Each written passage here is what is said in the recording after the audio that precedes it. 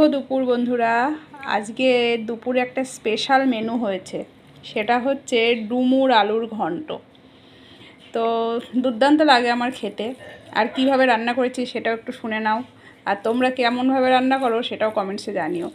প্রথমে ডুমুরটাকে 4 টুকরো করে নিয়েছি। আর এগুলো সব কচি ডুমুর ছিল, যার জন্য কোনো বীজ ছিল না। এবার আমার কাটতেও খুব সুবিধা হয়েছে। 4 টুকরো করে একটু লবণ আর হলুদ জলে আমি ভিজিয়ে রেখেছিলাম।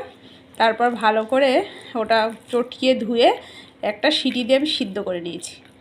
এবার জল ঝরিয়ে তেলের ওপরে জিরে, তেজপাতা, শুকনো লঙ্কা ফোড়ন দিয়ে এবার একদম পুরো মাংসের প্রিপারেশান, আদা, জিরে, লঙ্কা, ধনের গুঁড়ো, জিরের গুঁড়ো সব একসঙ্গে পেস্ট করে নিয়ে পেঁয়াজটা তেলের ওপর দিয়ে একটু কষিয়ে নিয়ে মশলাটা দিয়ে দিয়েছি।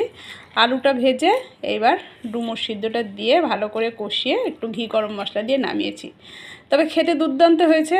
তো তোমাদের কেমন লাগলো মেনুটা অবশ্যই কমেন্টস করে জানিও। বাই।